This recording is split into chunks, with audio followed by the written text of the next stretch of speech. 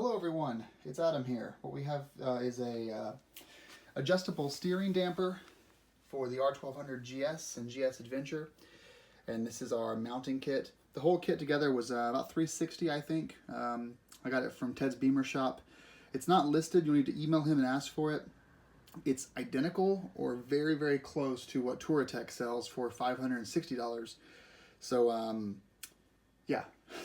Great deal. $200 off, basically, to get non-Touratech branded. The damper is similar in size to what comes on the R1200GS. I think after 2014, before 2014, there was no steering damper, or 2013, but it's very similar in size. The difference here is it's fully serviceable, so you can have the oil changed in here as often as it needs it. And also it's adjustable, and you can dial in the strength and response time.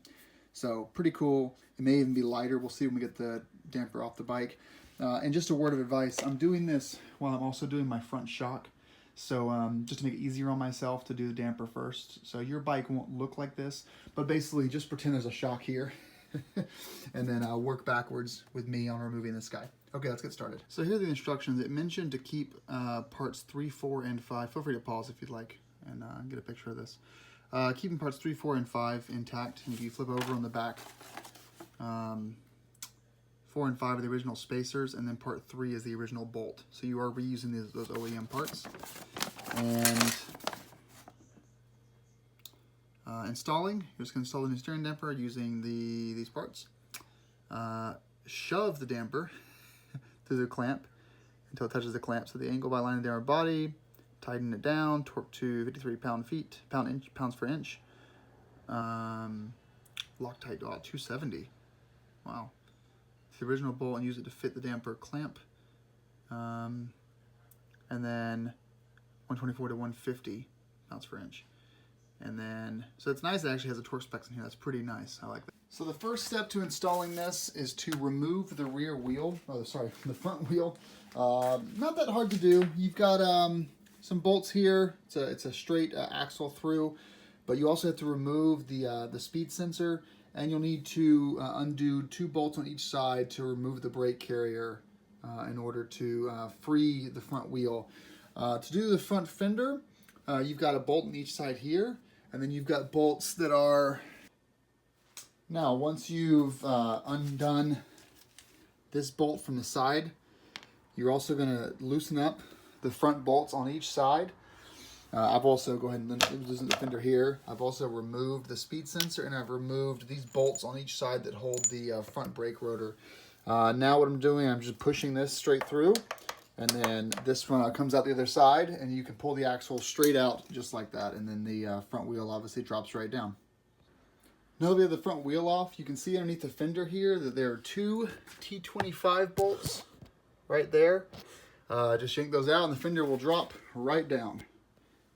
And now you can see we have the steering stabilizer completely exposed, and we can begin the installation process. And next up, we're taking a T40 and removing the bolt right there, dead center.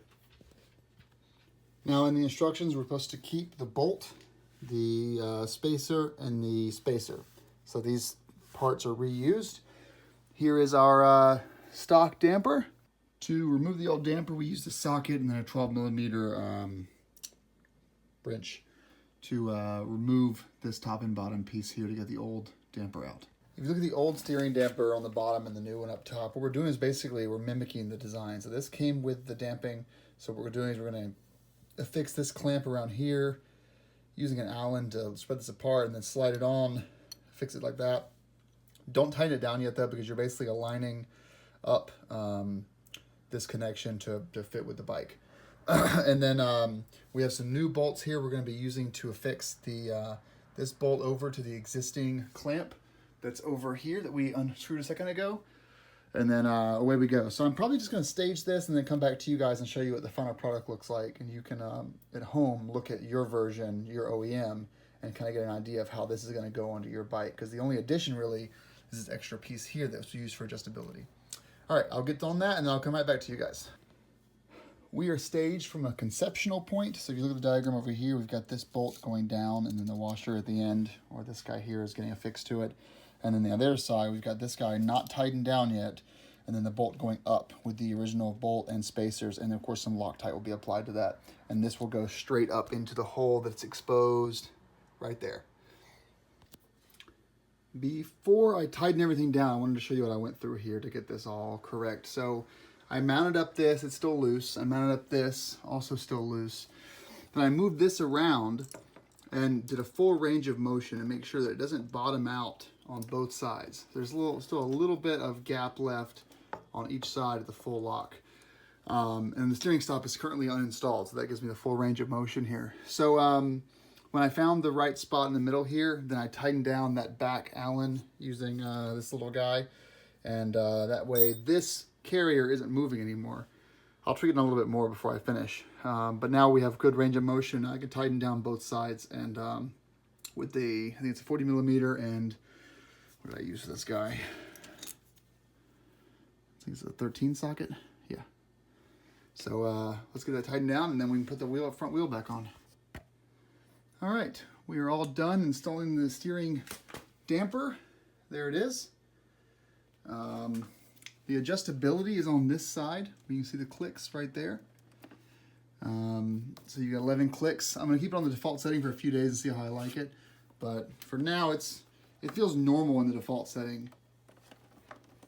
It feels like the normal sort of range of motion. Yeah, pretty easy to install, you know. I'm happy with it. Looks great.